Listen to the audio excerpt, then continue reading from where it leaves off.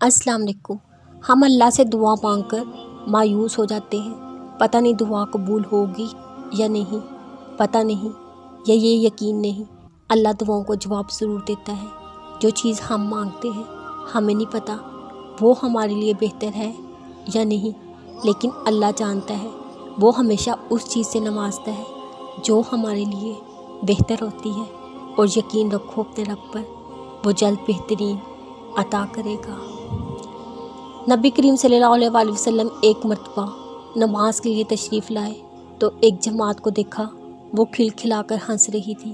हंसी की वजह से दांत खिल रहे थे।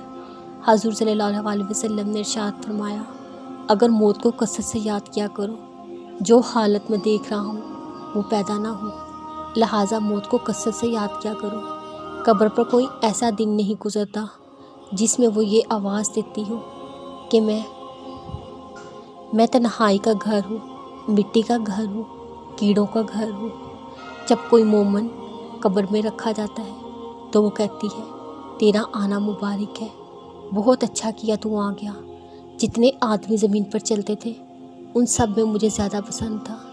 आज तू मेरे पास आया, तू मेरे बेहतरीन सलूक को देखेगा।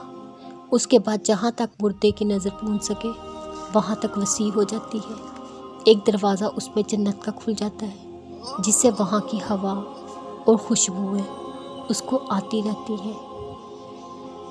और जब बर्दकरदार कब्र में रखा जाता है तो वो कहती है, तेरा आना मुबारक है, बुरा किया जो तू आया। ज़मीन पर जितने आदमी चलते थे उन सब में तुझी से मुझे ज़्यादा नफ़रत थी। आज जब तू मेरे हवाले हुआ तो मेरा सलूक भी देख लेगा। उसके बाद कब्र इतनी तंग हो जाती है कि पसलियाँ आपस में एक दूसरे में घुस जाती हैं और 70 अस्ते उस पर मुसल्लत हो जाते हैं। अगर एक भी ज़मीन पर फूंक मारे, उसके असर से ज़मीन पर घास तक बाकी ना रहे, वो उसको क़यामत तक डसते रहते हैं। हज़ूर सल्लल्लाहु अलैहि वसल्लम ने इरशाद फरमाया, कब्र या जन्नत का एक बाग है या जहन्नम का एक घड़ा है। इसलिए अल्लाह ताला का खौफ बहुत ज़रूरी है।